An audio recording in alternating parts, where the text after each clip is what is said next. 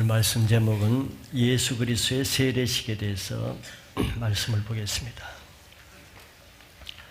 각 나라에는 외국 대사관이 많이 있죠. 우리나라에도 많은 다른 나라 대사관이 있습니다. 그 대사관은 우리나라 땅에 있지만 우리나라의 통치를 받지 않는, 즉 치해 법권이 인정되는 그런 땅이죠. 영역입니다.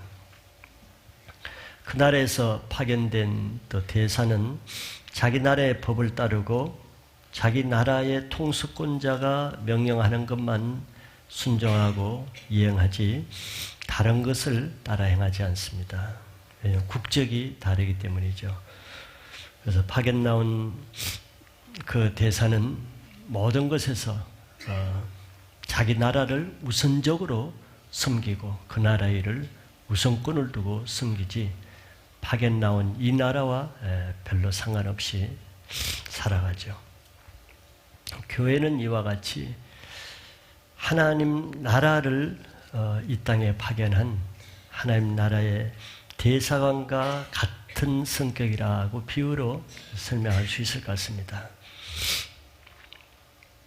그 안에 속한 사람들은 이 땅의 시민권도 가졌지만 하나님 나라의 영적인 시민권을 가지고 있기 때문에 그 사람들은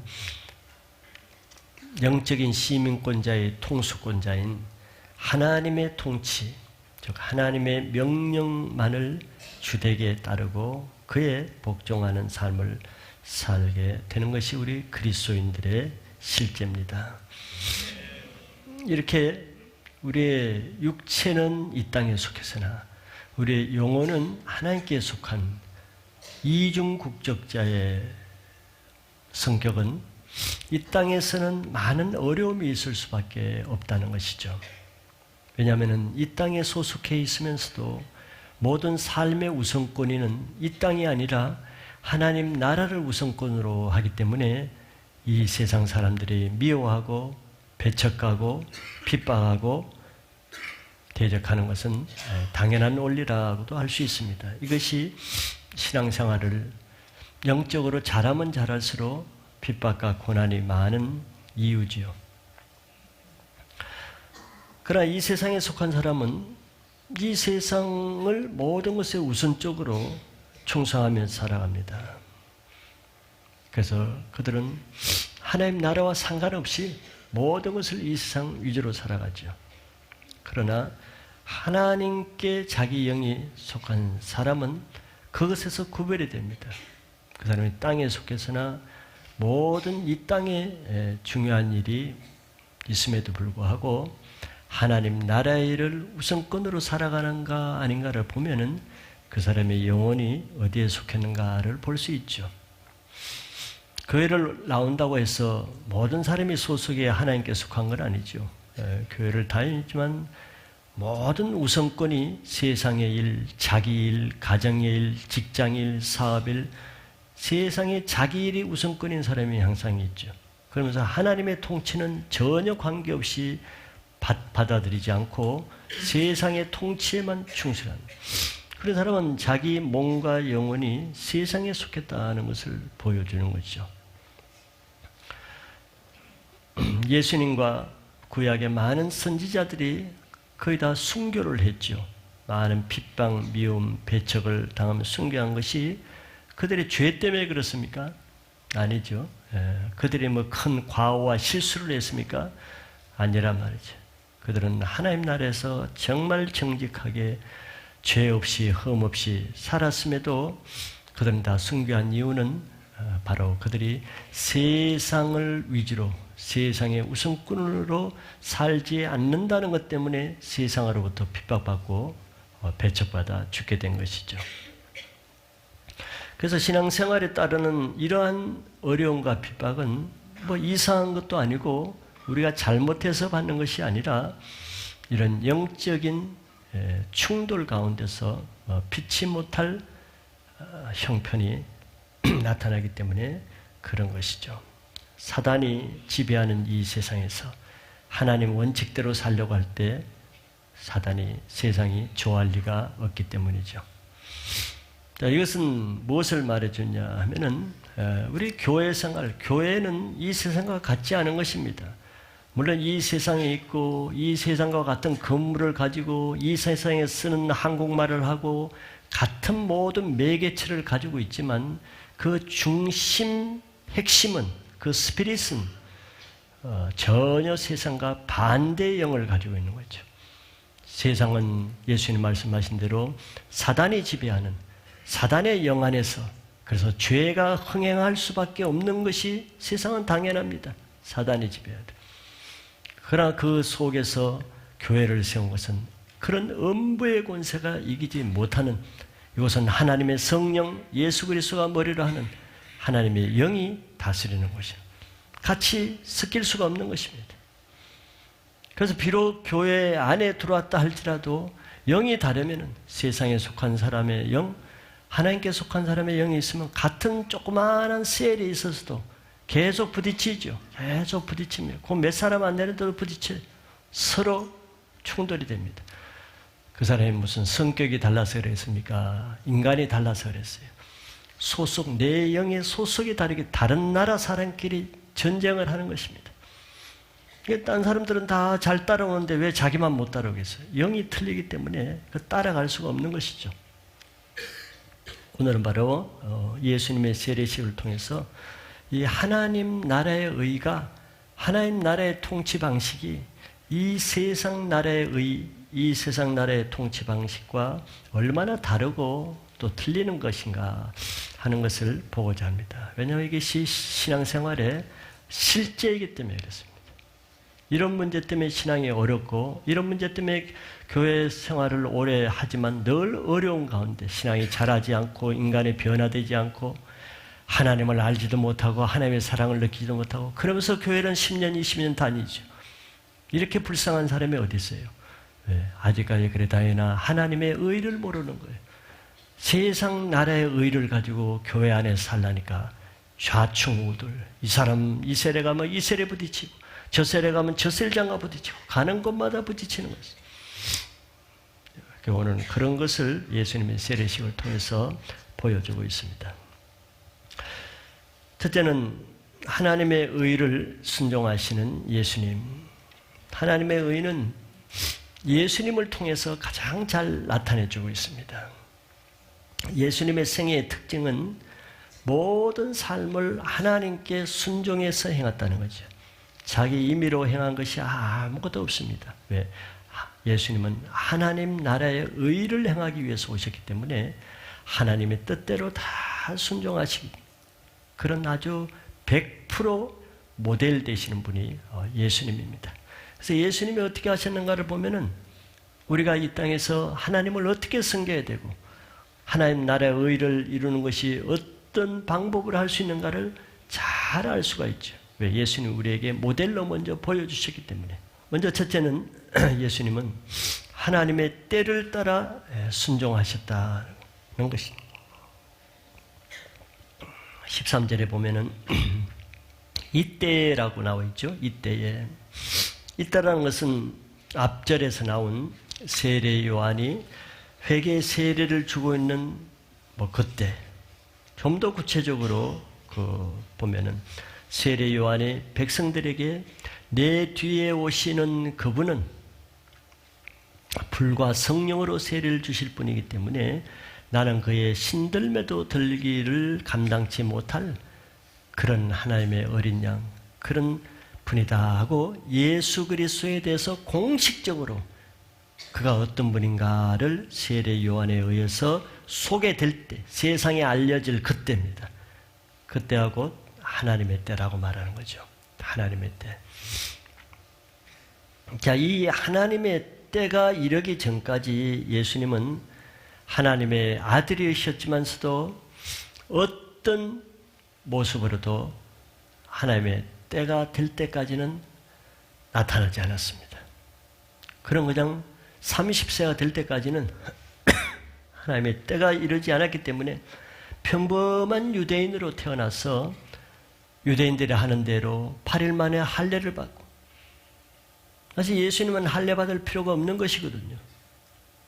그럼에도 할례를 받으셨고 또 그런 평범하게 30년 동안 목수의 일을 하시면서 목수로 지냈습니다. 하나님의 때가 이르기 전까지 그는 스스로 나서서 임의로 어떤 일을 하시지 않았다는 거예요. 그런데 하나님의 의를 배우시기 바랍니다. 지식으로 듣지 마시고 하나님의 의를 잘 배워야 종교의 그 아주 올무에서 끊어질 수가 있어요. 예수님의 일에 어떻게 하시는가를 한번 보세요. 근데 이제 하나님의 때가 이르렀을 때 그 예수님은 갈릴리에 계시는데 그 갈릴리 먼 곳으로부터 멀리 세례 요한이 세례를 주고 있는 그 유대 요단강까지 세례를 받으시기 위해서 내려오신 거죠. 즉, 그 전국적으로 세례 요한에 의해서 회개 세례가 베풀어지는 우리말로 하면 그 영적 흐름이 전국에 퍼져 있었습니다. 이 영적 흐름은 세례 요한에 하는 것이 아니고 하나님이 하시는 거예요. 그래서 하나님께서 하시는 이 영적 흐름에 예수님도 그것에 따라가기 위해서, 그 회개의 흐름에 따라가기 위해서 그 멀리서 이까지 내려오는 것입니다. 이게 굉장히 중요한 것이, 우리 교회는 교회 흐름에 따라가라는 말을, 인간적인 말이 아니에요. 굉장히 중요한 영적인 단어죠. 영적 흐름에 따라가라. 영적 흐름에 따라가지 못하는 사람은 그 사람은 하나님의 나라에 거슬리고 있는 것입니다. 그게 바리새인과 사두개인이라는 것은 지난 설교에서 보셨죠? 전국적으로 영적 흐름에, 회개의 흐름에 다 따라가는데 사두개인과 바리새인은 그 흐름에 못 따라가는 거예요. 왜 못 따라가겠습니까?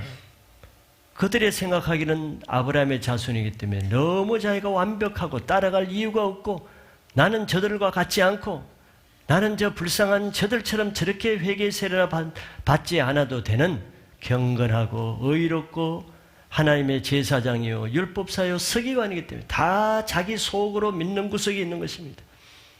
그러나 이유 여하를 막론하고 하나님의 흐름에 따라가지 못하는 것은 영이 다르기 때문입니다. 우리의 싸움은 혈과 육에 가는 것이 아니에요. 정사와 권세와 이 어둠의 세상 주관자들과 하늘에 있는 악의 영들에 대한 싸움이지 사람 상대로 싸우는 게 아닙니다. 왜 예수님이 바리새인들을 보고 너희 아비는 마귀니 너희가 너희 아비의 행실을 행한다, 왜 마귀라고 했겠습니까? 영이 마귀에게 속했기 때문에 예수님이 그들을 마귀라고 한 거예요. 그러니까 영이 틀리니까, 마귀에게 속한 영을 가지고 있으니까 못 따라가는 거죠. 여러분들 교회에서 다 이걸 하면 이게 따라가는 게 쉽습니다. 뭐가 어렵다. 안 따라가는 게 힘들지. 말을 못합니까? 힘이 없습니까? 능력이 없습니까? 학벌이 없습니까? 재물이 없습니까? 그 문제가 아니에요. 영이 틀리면은 따라가지 못합니다. 따라가지 못하면은 그 사람은 다른 데로 따라가겠죠. 그것이 바로 이단들이죠.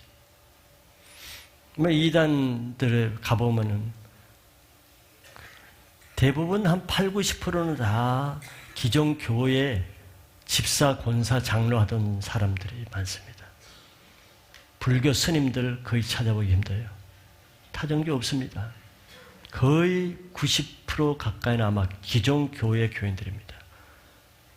그리고 그 교회들이 다 그 교인들이 큰 교회 그래도 집사, 권사 하던 분들. 그러면서 집사, 권사 하면서 교만해지니까 그 교회 못 따라가니까 글로 빠지는 거예요. 영이. 미혹의 영에 빠지는 거예요.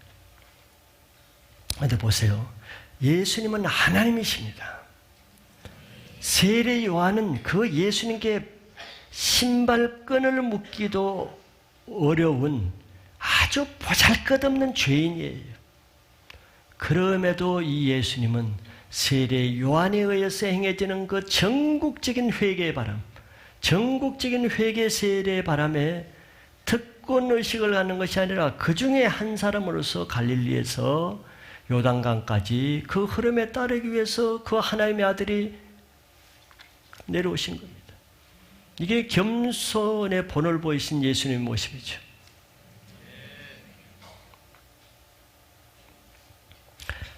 하나님의 나라는 모든 것이 때와 기한이 있습니다. 이 말은 무슨 뜻이 되겠습니까?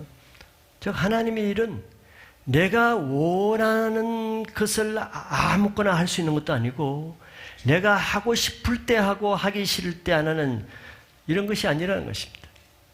그거는 사람의 의지요. 신앙생활을 못하는 사람은 여기서 차이가 나잖아요. 하나님의 때에 따라서 하나님의 방법에 따라가지 못하는 거예요. 하나님의 기도하라 그러면 그때 자기는 성경 읽는다 그러고, 하나님의 합심해서 기도하려면 자기는 혼자 골방에서 혼자 개인기도 하겠다 그러고, 이 하나님의 방법과 때를 못 따라가는 것은 영적인 문제입니다. 그런 사람이 영적 수명이 오래 가지 못하죠. 몇 주, 몇 달 되면 그 결과가 나타납니다. 근데 예수님이 여기에 본을 보여주는 거예요. 하나님의 때가 아니면은 자기가 태어날 때부터 성령으로 태어나셔서 메시아로 오셨음에도 불구하고 30년 동안 하나님의 때가 안 되었을 때는 아무 일도 하지 않는 거예요. 아무 일에 나서지 않는 것입니다. 내가 하고 싶다고 하게 되는 게 아니에요. 하나님이 정하시는 때에 하나님이 하시는 그 흐름을 따라가는 사람만이 하나님 일에 동참할 수 있는 자격이 주어집니다.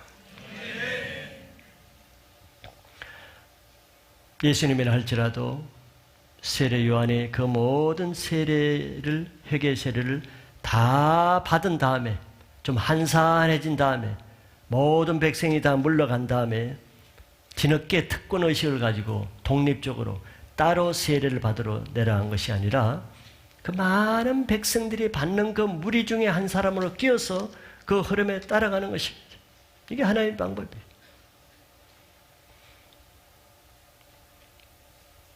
그래서 이런 하나님의 때를 따라가기 위해서는 늘 자기의 의의를 내려놓지 않으면 안 됩니다. 자기를 부인하지 않으면 안 되는 거죠. 자기 때를 따라서 자기 고집대로 자기 방법으로 하려는 이런 사람들이 가장 위험한 사람이에요. 영적으로는.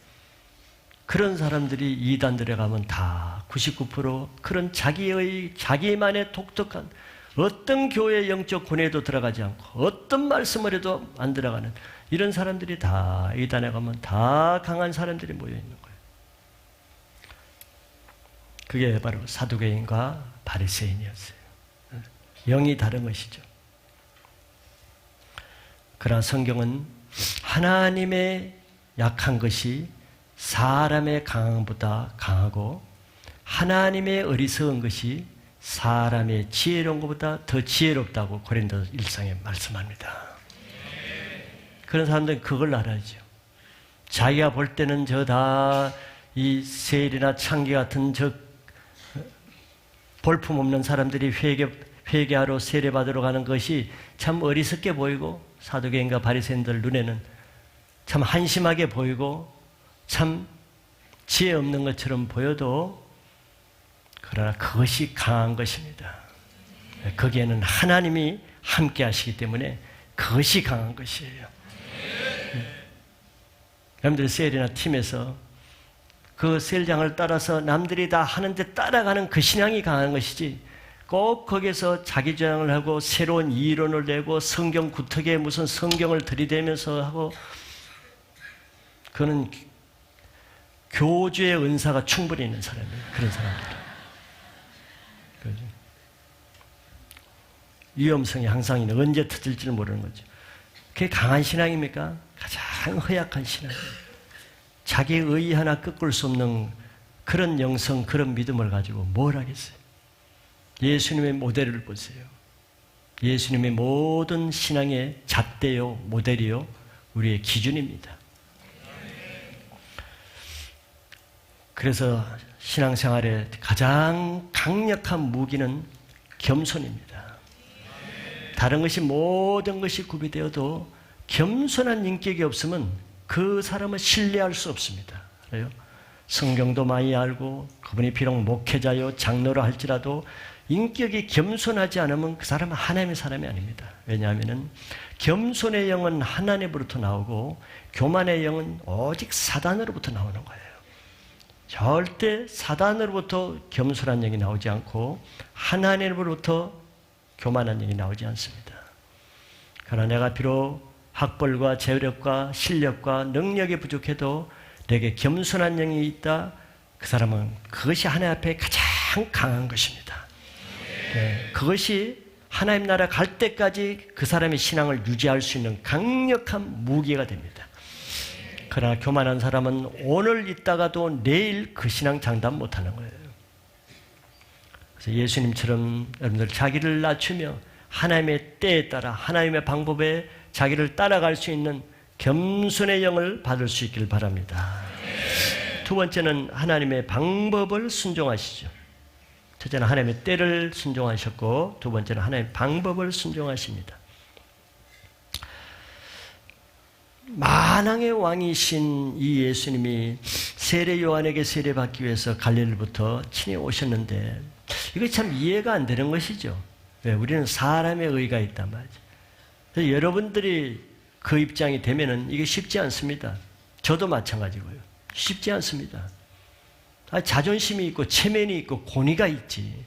하나님의 아들이신데 세례 요한은 자기에게 신발끈 푸는 종도 못 되는데 그것도 옆집에 가는 것 같던 저 갈릴리에서 요단강까지 쉽지 않습니다.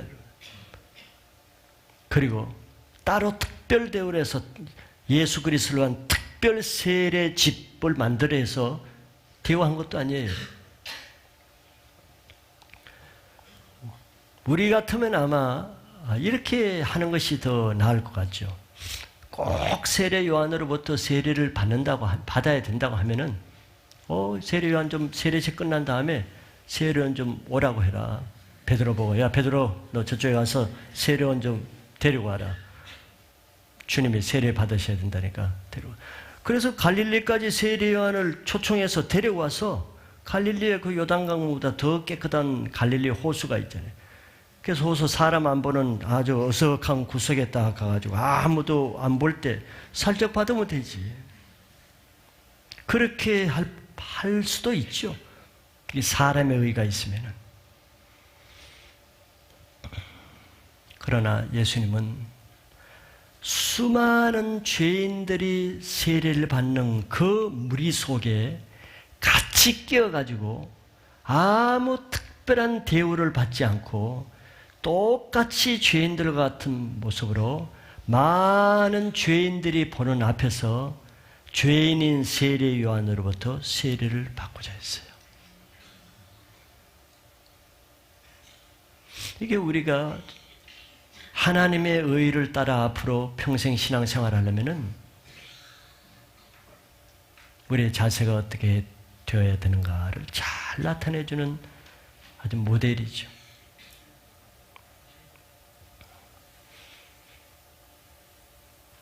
겸손한 자만 하나님의 의를 따를 수 있지 실력이 많고 그것이 신앙생활을 잘할 수 있게 하는 것이 아닙니다.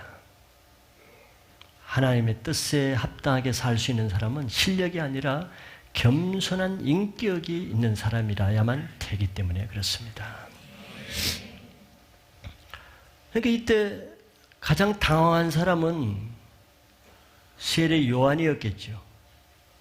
아직 백성들은 예수님에 대해서 잘 모르니까. 요한은 이 예수님이 누군지를 알잖아요.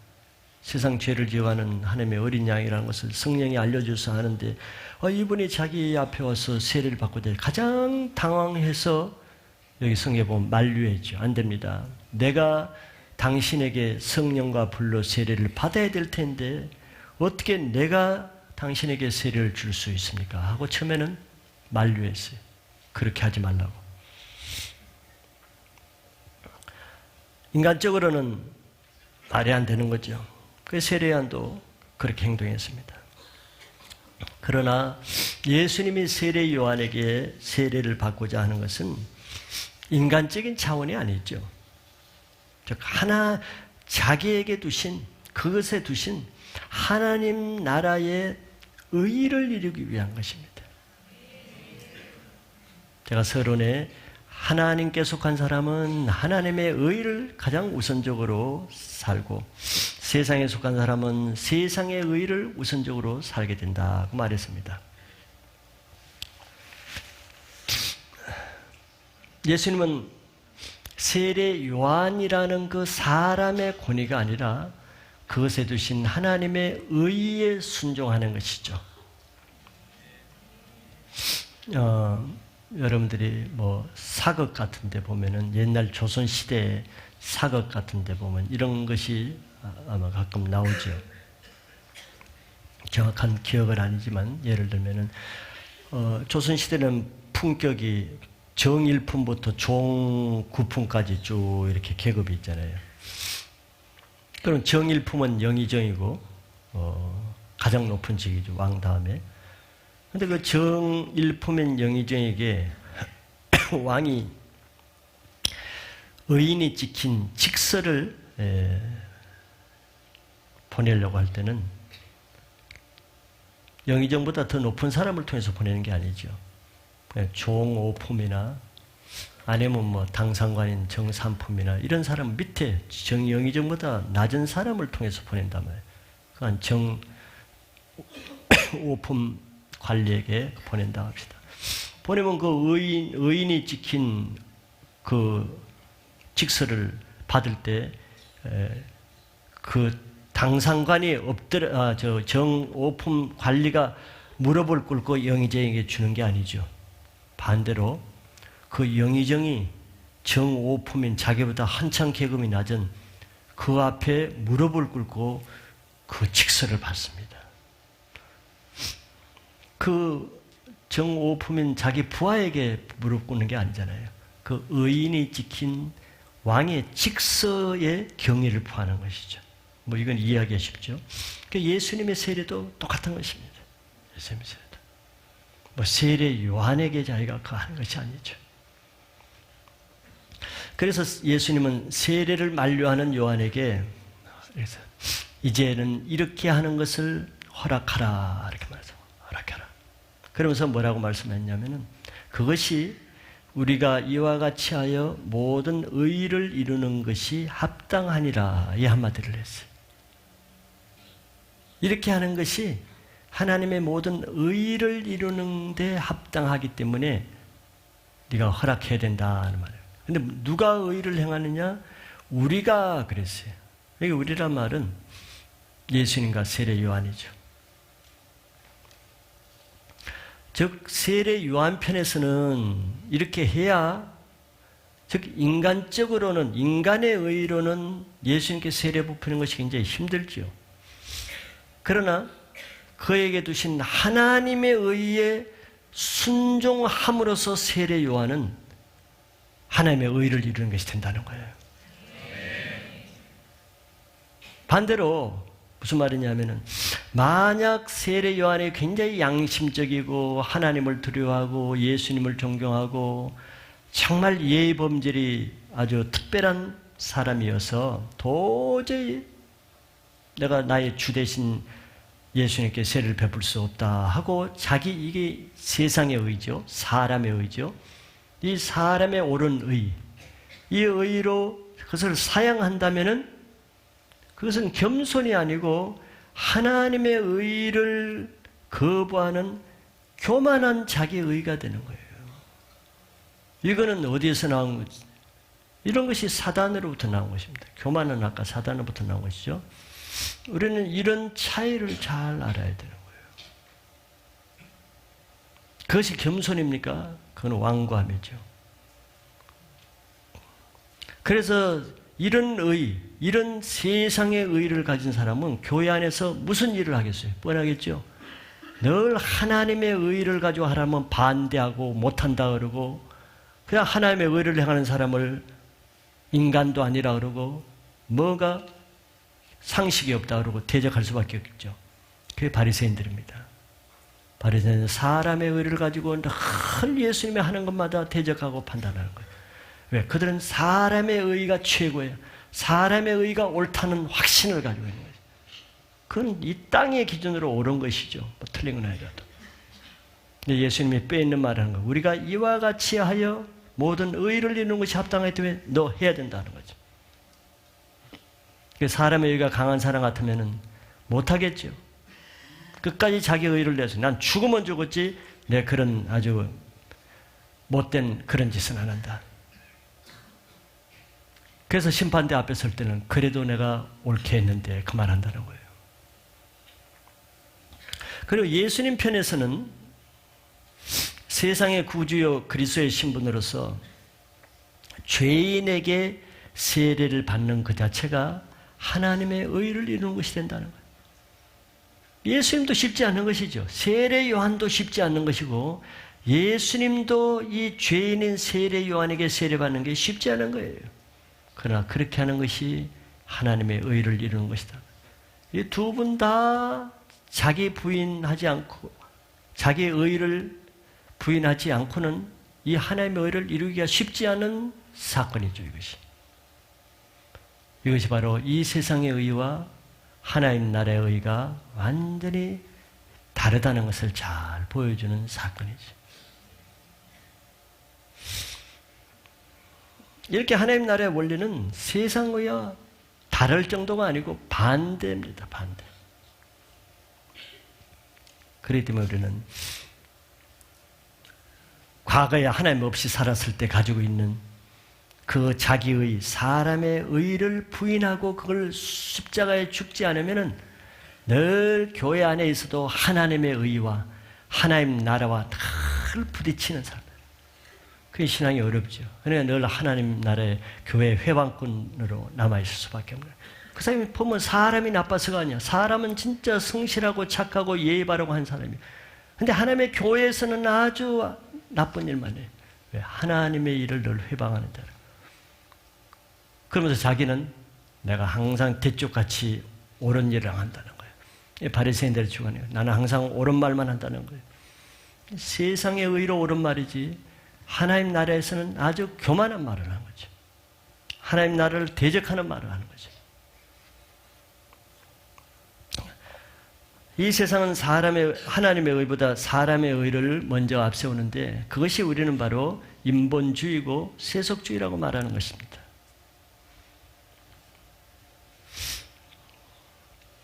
그러나 하나님 나라는 이 땅에 살고 있지만서도 이 땅의 의를 내려놓고 이 땅에 있는 사람의 의로 살지 않고 하나님의 의를 따라 살 수 있는 이런 세례 요한과 이런 예수님과 같은 이렇게 사는 사람들을 통해서만 하나님 나라는 이루어질 수가 있다는 것을 믿으시기 바라요.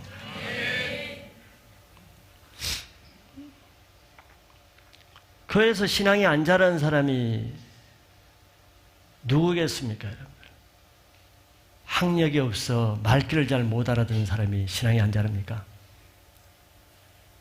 사회적인 경련이 좀 부족해서 신앙이 안 자랍니까? 아니면 개인 능력이 좀 뒤떨어져서 또 지능이 좀 뒤떨어져서 신앙이 안 자랍니까? 그렇지 않은 것은 여러분들이 아실 거예요. 그와 아무 상관없습니다. 반대로 세상에서 자기의가 강한 사람일수록 신앙이 안 자라잖아요. 교회에 와서 신앙생활을 하는 것이 아니라 세상 생활을 하고 있는 거죠. 안 자랄 분들은 늘 교회 걸림돌을 대잖아요. 그게 따라가 흐름에 못 따라가는 거죠. 뭐 자기는 그렇게 생각하지 않는다는 거죠. 나는 그거 받아들일 수 없다는 거죠. 나는 그런 건 내가 도저히 인정할 수 없다는 거죠. 자기의 세상의 의를 가지고 하나님의 의를 판단하려는 게 사사건건 충돌할 수밖에 없는 것이죠. 바리새인들의 여러분들 보세요. 예수님도 바리새인들의 의를 인정했습니다. 굉장히 성실한 사람이에요. 그들에게 죄를 짓는 사람이 아닙니다. 정말 안식일 안 어기고 11조 안 떼어먹고 속이지 않고 또 죄 안 짓습니다. 그러니 자기 의가 얼마나 강하겠어요. 죄 안 짓는데, 죄 안 지으려고 노력하는데 겉으로. 그런데 그들은 신앙이 안 자라요. 예수님 말씀을 믿을 수가 없어요. 인간의 의, 사람의 계명으로 자기 의를 삼아요. 사람에게 통용되는 그 의를 가지고 하나님을 섬기려고 하니까 종교로는 가능했는데 예수님이 오시고 나니까 예수님과는 사사건건 충돌하는 거예요. 그래서 하나님의 의를 모르는 무지함이 늘 하나님의 의를 판단하죠.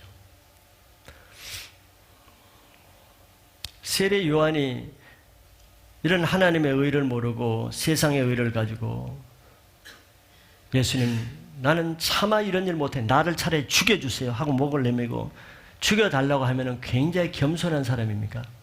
굉장히 양심적인 사람입니까? 진짜 예의범절이 뛰어난 요한입니까? 세상은 그렇게 보겠죠. 그러나 하나님 편에서는 그는 굉장히 완고한 자요, 교만한 자요, 하나님을 대적하는 자로 말하죠. 이게 틀리는 거예요. 그는 겸손이 아니라 하나님의 의를 모르는 무지함에서 나오는 자기의 의일 뿐인 것이죠. 그래서 세례 요한은 이렇게 예수님으로부터 이렇게 하는 것이 우리가 모든 의를 이루는 것이다 라고 말을 하는 이 말을 들을 때 즉시 순종했습니다. 이게 세례 요한의 하나님 앞에 쓰임받을 수 있는 의죠. 즉시 순종한 거예요. 군말하지 않았어요. 뭐 그래도 뭐 이런 말이 없어요. 그대로 순종한 거예요.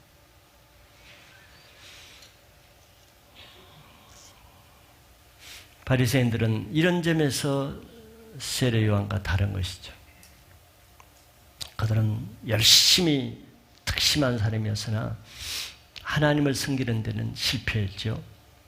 사도 바울이 과거에 그런 사람이었습니다. 바리새인 중에 바리새인이지만 그가 하나님을 열심히 섬기는 예로 그리스도인들을 핍박해서 옥에 가두는 것으로 하나님께 자기가 충성한다고 생각하고 있었는 거죠. 그런 그가 로마서에서 이런 말을 기록하고 있죠. 로마 10장 2절 3절에 보면은 내가 증언하노니 그들이 하나님께 열심히 있으나 올바른 지식을 따른 것이 아니니라. 열심히 있다는 것은 인정하는데 올바른 지식이 뭐겠어요? 이게 하나님의 의라는 말이죠. 올바른 지식을 따른 것이 아니면은 자기의 의를 따라 하는 것이죠. 3절에 보면 이렇게 설명하고 있습니다. 하나님의 의를 모르고 자기의 의를 세우려고 힘써 하나님의 의에 복종하지 아니하였느니라. 이게 종교인들이 범하는 가장 공통적인 일이 이겁니다. 하나님의 의를 모르기 때문에 자기의 의를 세우려고 힘써 하나님의 의에 복종치 않는데 그러나 자기는 몰라. 자기는 하나님의 의를 세운다고 생각하고 속고 있는 거죠. 그런데 실제는 자기 의를 세우려고 하나님의 의를 복종치 않는 것이죠.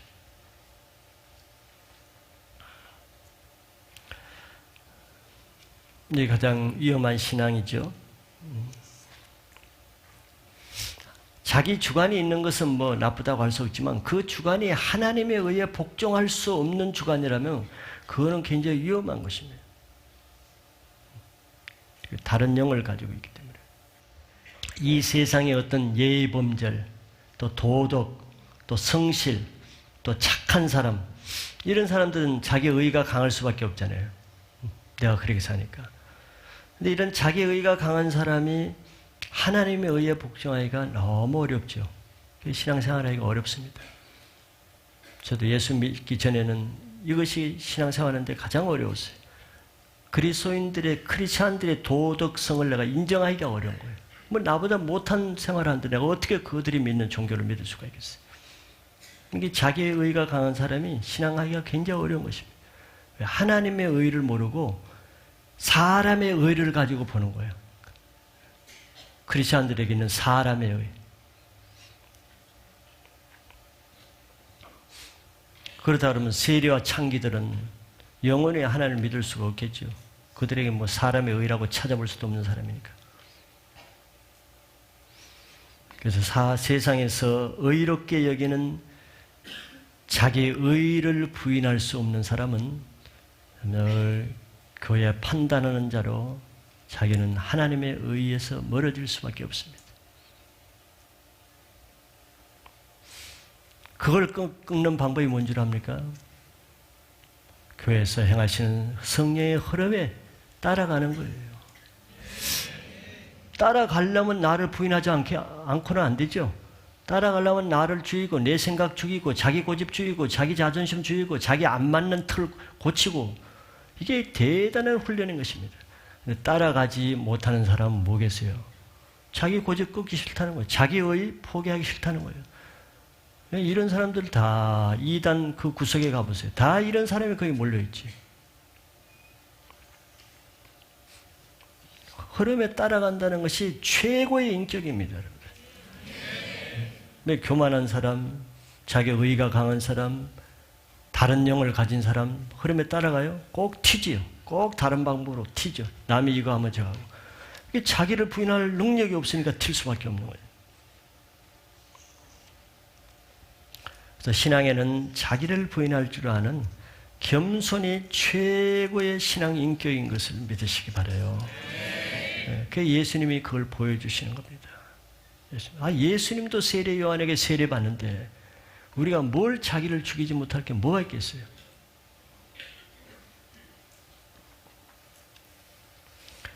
큰 두 번째는 하나님의 의를 나타내십니다. 예수님은 세례 요한에게 물로 세례를 받았죠. 그래서 하나님 앞에 예수님이 의를 이루었습니다. 이게 의예요. 근데 요한의 물 세례는 사실 회개의 세례거든요. 근데 예수님은 죄인이 아니잖아요. 그러니까 회개할 필요도 없고 사실 물 세례를 받을 필요가 없죠. 이건 죄인에게만 받는 세례니까. 그런데도 예수님 물세례를 받으셨죠.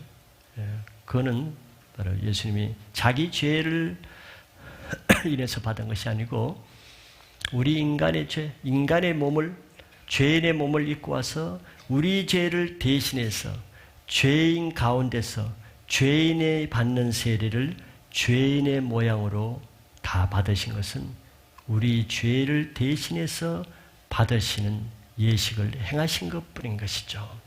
이게 예수님이 죄인을 위해서 하나님의 의를 행하신 것입니다. 이렇게 예수님이 하나님의 의를 행하실 때 그 세례식에서 하나님이 예수님을 위해서 하나님의 의를 나타냈어요. 그 세례식 장면에서. 다른 말로 하면 하나님의 영광이라고도 할 수 있죠. 첫째는 하늘을 여셨어요.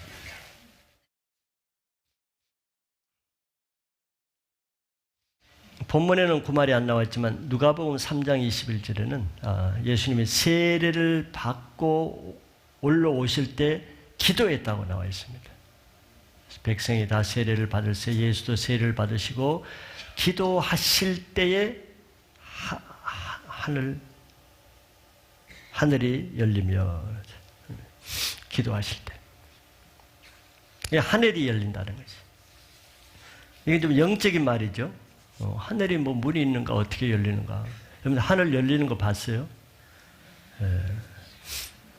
그러니까 영적인 말이죠. 그냥 물리적으로 하늘이 열리는 것이 아닙니다. 물리적으로 보는 것은 아니죠. 성경에 보면 하늘이 몇 층이 있죠. 하늘의 하늘이 시편에는 하늘의 하늘이라고 말하고 또 사도 바울은 3층 하늘이라고 말하고 궁창이라고도 말하고 하늘이 여러 층이 하나님 보좌에 있는 그 하늘. 우리가 이렇게 예배를 드리는 것은 하나님께 드리잖아요. 근데 하나님이 하늘 보좌에 올라면 보좌에 올라가는 예배가 되기 위해서는 이 하늘이 열려져야 되는 거거든요. 물론 영적인 하늘이에요. 그냥 공간이 아니고 뭐 이 뚜껑 연다고 하늘이 열려지는 건 아니죠.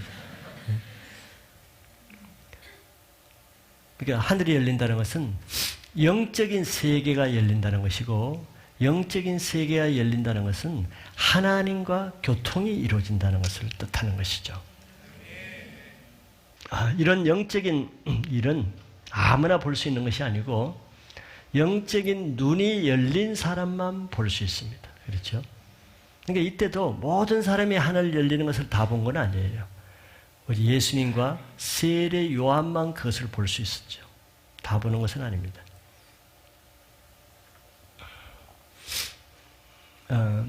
열왕기하에 보면은 그 엘리사가 나오는데, 엘리사가 아람 군대에 의해서, 수십만의 아람 군대에 의해서 그 포위되는 그런 사건이 나오죠.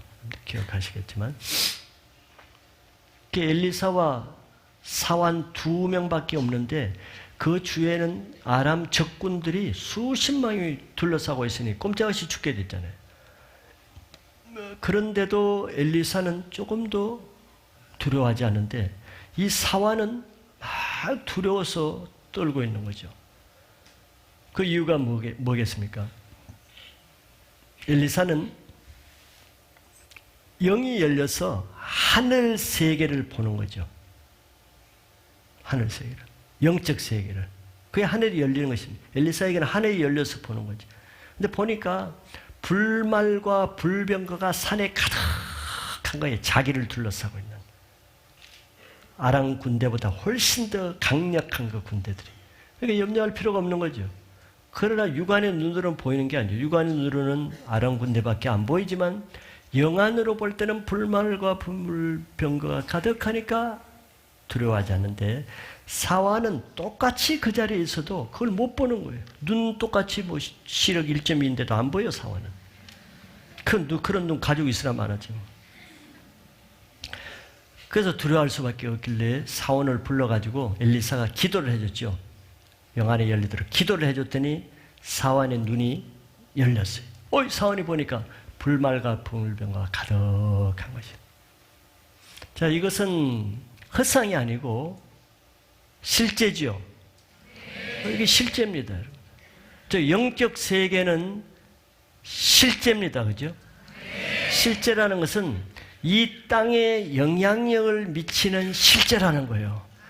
나의 삶과 이 땅과 이 나라와 관계없는, 그거는 그냥 놀라운 비전이고 환상이고 하늘세계고 이게 아니라, 우리 주영기 목사님 책에 보면 4차원의 그 영적 세계가 3차원의 이 땅을 지배한다는 말이 나오잖아요. 그게 바른 것이거든. 보이지 않는 영적 세계가 보이는 이 땅을 다스리는 거예요. 그러니까 실제라고 말하는 거예요. 영적 세계가 더 실제적이란 말이죠. 영적 세계는 실제고, 실제란 말은 존재만 실제라는 것이 아니고, 영적 세계가 실제라는 것은, 더 중요한 것은 보이는 나의 삶과 오늘날 이 땅과 대한민국과 대선과 모든 중요한 일의 최종 결정은 어디서 나느냐? 영적 세계에서 결정나는 거예요. 근데 지금 예수님이 세례받을 때 그 영적 세계가 열렸다는 거예요. 그건 뭘 말하겠습니까? 앞으로 예수님이 할 사역은 이 땅에 보이는 사역이 아니고 이런 영적 세계, 즉 예수님 뭐 때문에 왔습니까? 하나님 나라를 위해서는 이 땅에 왔잖아요. 보이지 않는 하나님 나라의 이 영적 세계를 위해서 사역을 해야 되는 예수님께 영적 세계를, 하늘을 열어주신 거죠. 상징적으로. 자, 우리 신앙은 이와 같이 보이는 세계를 상대하면은 우리는 맨날 패배합니다. 그렇죠? 경험 많이 하시죠? 여러분들 주부들 아기 키우는 사람 보이는 자기 아이 상대로 맨날 성질 내고 때리고 그러다가 하루 다 보내. 보이는 세계를 하면 자기 아이한테 맨날 자기가 지는 거야. 화내고 그냥 야단치고 하느라. 보이는 세계를 상대로. 근데 이미 뭐에 갈려졌나? 보이지 않는 영적 세계에서 이미 패배는 갈려지는 거예요. 그렇기 때문에 우리 신앙은 보이지 않는 영적 세계를 상대로 신앙생활을 해야지, 보이는 사람이나 세상이나 돌아가는 거나 이걸 보면 우리는 늘 두려워할 수밖에 없어. 큰일 났네. 그러나 보이지 않는 세계를 상대로 하는 사람은 엘리사와 같이 큰일 날 상황이지만 두려워할 필요가 없는 거예요. 영이 열려야 되죠. 영이 안 열리면 종교생활을 할 수밖에 없는 거예요. 말씀을 영어로 듣는 사람과 맨 지금 여기 조선말로 듣는 사람과는 이 땅과 하늘 차이예요. 그러므로 우리가 드리는 이 예배가 하늘 문을 열고 하늘이 열려서 하늘 보좌에 올라가는 예배가 되어야만 내가 예배자가 되는 것입니다. 뭐 이 땅에서 그냥 종교 형식으로 예식 드리는 그 예배가 아니에요. 그거는 왜 하늘에 올라가지라 막혀서 땅에 떨어지는 예배예요. 예수님이 세례받을 때 진정한 하늘에 올라가는 예배의 첫 단계로 하늘문이 열리는데, 그렇기 때문에 매주마다 예배를 오실 때는 어떻게 예배자로 준비해야 되는가를 보여주시는 거예요. 정말 준비해서 내가 예배다운 예배, 하늘문이 열리고 하나님을 만나는 예배가 되려면은 정말 사모함으로 준비해서 두렵고 떨림으로 그냥 온다고 되는 것이 아니고, 예배자로 올 때 하나님이 그 예배를 받으시고 그때 하나님 만나게 되는 거예요. 하나님 만나야 내 인생이 변하는 것이죠. 하늘 문을 여는 예배자가 되시기 바랍니다. 두 번째는 성령의 임재입니다. 예수님이 열린 하늘로부터 뭘 또 보셨냐면은, 열리는 것을 보시고 그 열린 가운데로 성령이 어떻게 비둘기 형체로 내려오는 것을 예수님이 보셨어요. 근데 이게 또 다 보는 게 아니에요. 다른 백성들을 못 봐서 그래요. 영안이 열린 사람만 보는 것이죠. 이제 성령이 임하셨다는 거죠. 예수님이 두 번째로 성령이 임한 것은 앞으로 예수님의 공생에 사역하는 모든 사역이 성령으로 하시게 될 것이라는 것을 예표적으로 보여주는 것입니다. 사도행전 10장 38절에 보면은, 하나님이 나사렛 예수에게 성령과 능력을 기름 붓듯 하셨음에, 여기에 성령과 능력을 기름 붓듯 하셨음에 라고 나오죠. 두 번째는 이제 그가 두루 다니시며 선한 일을 행하시고 마귀에 눌린 모든 사람을 고치셨으니 이는 하나님이 함께 하셨습니다. 이것을 보면 여러분들 예수님의 사역이 삼위일체 사역이라는 것이 나오죠. 지금 여기 예수님이 계시고 성령이 비둘기같이 내려오시고, 여기 10장 38절에는 하나님이 함께 하셨습니다.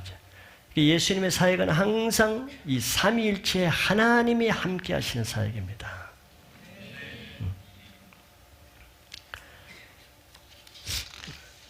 하늘이 열린 참된 모임에는 성령의 임재가 항상 있는 거예요. 성령의 임재가 있는 예배라야 하나님의 임재, 즉 삼위일체 하나님의 임재가 있다는 증거가 되죠. 그러니까 성령은 우리 예배와 찬양과 기도 가운데 늘 임재하셔서 우리와 함께 하셔야만 그것이 예배가 되는 것입니다. 왜냐하면 성령이 하시는 일은 성령이 임재해야 여기서 하시는 증거되는 말씀이 깨달아집니다. 영어로 깨달아지기도 하고 이해가 되기도 하고 그것이 나에게 적응이 되기도 하는 거예요. 그러니까 뭐 간증에 많이 나오죠.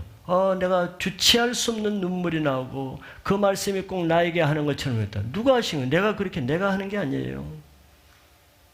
내가 뭐 어떻게 무슨 수를 써서 주체할 수 없는 눈물을 만들어 놓은 거예요. 아침에 오실 때 페트병 물 한 바가지 먹고 와보세요. 절대 눈물 안 나옵니다. 그게 성령이 하시는 거예요. 또 똑같이 말씀을 들어도 그 사람 졸고 있고 자고 있는데 왜 자기에는 그것이 나에게 하는 말씀으로 깊이 회개가 되면서 내 영혼을 새롭게 사는가? 성령이 하시기 때문에 그래요. 성령이 임하지 않으면 나는 아무것도 없이 나무 토막처럼 앉았다가 하는 거예요. 그런 사람이 얼마나 많아요. 왜 그랬습니까? 성령을 소멸하는 삶을 사니까. 성령을 근심시키니까. 성령은 아무나 함께 하지 않은 거예요. 데살로니가 5장에 보면은 성령을 소멸하지 말라 그랬거든. 성령은 죄를 짓거나 성령을 대적하거나 하나님을 대적하거나 성령을 근심시키면은 성령은 소멸하거든. 그래서 이 예배 때는 하나님의 말씀이 선포되는 이 예배 때는 반드시 성령이 임하셔. 왜? 하나님의 말씀은 성령으로 하지 않고는 아무도 그 말이 영어로 들릴 수가 없어요. 바리새인들이 왜 예수님 말씀을 듣고 못 듣겠습니까? 성령으로 듣지 못하니까, 영어로 듣지 못하니까. 왜? 그들이 죄를 짓기 때문에. 사도행전 10장 44절에 보면은 베드로가 고넬료 집에 가서 말씀을 전했잖아요. 이방인입니다. 이방인 집에 가서 말씀을 전하는데 성령이 말씀 듣는 모든 사람에게 내려오시네. 그 뒤에 보면 방언도 하고 막 그러거든요. 말씀을 전할 때는 항상 왜? 성령으로 하지 않으면 그 말씀을 영어로 들을 수가 없기 때문에 성령이 도와주시기 위해서 항상 오시는 거예요. 그건 뭘 뜻하겠습니까? 여러분들 예배에 오실 때 정말 하늘이 열리는 예배, 임재가 있는 예배, 정말 내 인생의 한 번의 예배로 바뀌길 원한다면은 성령을 초청하고 환영하는 이런 예배자의 자세로 와야 될 이유가 여기 있는 것이죠. 성령은 영입니다. 영이기 때문에 우리 마음 중심을 보세요. 예배 올 때부터 그 사람이 어떻게 오는가? 성령은 다 아시죠. 집을 나설 때부터 그냥 마지못해 그냥 자기 할 일 우선적으로 다 하고 느지막하게 와서 앉았다가 나갈 때는 하나님의 집에 오래 있는 것이 그렇게 부담스러운 거예요. 축도 끝나기도 전에 막 도망가더라고요. 다윗은 하나님 집에 조금이라도 더 오래 있기를 원하는데 그런 사람들은 하나님 집에 어떻게 이제 빨리 탈출하기 위해서 막 빨리 탈출하려고 그래요. 성령을 거스리면서 예배를 드린다? 그건 불가능한 거예요. 그건 예배가 아니에요. 예배를 나오는데 성령을 거스리면서 성령을 근심하면서 그건 예배가 될 수가 없죠. 그래서 우리는 정말 마음에 사모하는 자는 정말 일찍 30분 전에 1시간 전에 미리 와서 내가 성령을 대적한 죄, 성령을 거스린 죄, 자기 죄를 고백하고 회개하고 또 성령을 초청하면서 준비하고 이런 마음을 하나님 보시죠. 여러분들이 자기 애인 만나러 갈 때도 미리 서둘러서 머리도 미리 감고 빗질도 하고 옷도 이거 입을까 저럴까 미리 10분 전 20분 전에 와서 기다리면서 하나님은 그보다 못한다는 것은 그건 하나님에 대한 모독이죠. 그건 진짜 모독입니다. 근데 하나님은 그런 모독 받으실 분이 아니에요. 모독하면 자기가 그런 인생이 되는 거죠. 그래서 성령을 사모해야 될 이유와 성령을 거스리고는 여러분들이 참된 영적 예배를 드릴 수 없다는 이유를 알면은 한 번의 예배를 드리더라도 어떤 자세로 드려야 되는가를 알 수 있는 거예요. 왜 말씀이 안 들리겠어요? 말씀이 안 들리니까 못 듣는 것이죠. 왜? 성령이 말씀을 깨닫지 못하니까. 왜 똑같이 말씀인데 나에게는 아무 감동이 없고 변화가 없겠어요? 성령이 역사하지 않으니까. 왜? 성령을 거스리는 삶을 살다가 앉아있으니까. 성령을 거스리면서 지금 앉아있으니까. 성령이 원치 않는 마음을 품고 앉아있으니까. 성령은 얼마나 좋으신 성령입니다. 모든 사람에게 좋은 걸 주시기 원하는데. 그래서 늘 성령을 초청하시고 성령 충만한 삶을 살기를 힘쓰시면은 그 성령께서 여러분들의 인생을 새롭게 하실 것입니다. 마지막 세 번째는 하나님의 임재와 말씀이에요. 열린 그 하늘로부터 비둘기 같은 성령이 내려오시고 그 다음에 마지막으로 그 공간으로부터 하나님의 음성이 들렸어요. 하나님의 말씀이죠. 뭐라고 들렸냐? 이는 내 사랑하는 아들이요 내 기뻐하는 자라는 이런 하늘 보좌로부터 예수님에 대해서 확증하는 음성이 들렸습니다. 자, 예수님은 이 하나님의 말씀대로 우리를 구원하시기 위해서 이 땅에 오시는 하나님의 사랑하는 아들인 것을 여러분들 믿으시죠? 네. 교회를 처음 오시는 분 이거 믿어야 됩니다. 예수님은 하나님의 아들이고 또 하나님이 기뻐하시는 자예요. 왜? 하나님 말씀에 100% 순종하셔서 사셨기 때문에 하나님이 기뻐하시는 자예요. 그리고 그는 모든 죄인들을 구원하기 위해서 하나님이 하시라는 대로 자기 목숨을 십자가에 내어주고 피 흘려 죽으심으로 그를 믿는 자마다 구원받게 하는 그 일을 순종해서 하셨기 때문에 하나님이 그 아들을 기뻐하시는 거예요. 이 아들을 믿어야 되는 것이죠. 이렇게 예배가 이 삼위일체, 이게 아주 예수님의 세례식이 예배의 모범을 보여주는 것입니다. 예배는 하늘문이 열리고 성령이 임재하시고 하나의 말씀이 선포되는 것이죠. 하나님의 임재가 없는 예배는 그냥 사람들의 모임이에요. 그냥 군중으로 끝나는 거죠. 사람들 모였다가 흩어져 가는 거예요. 그런 예배는 변화가 없습니다. 생명도 없고 구원도 없어요.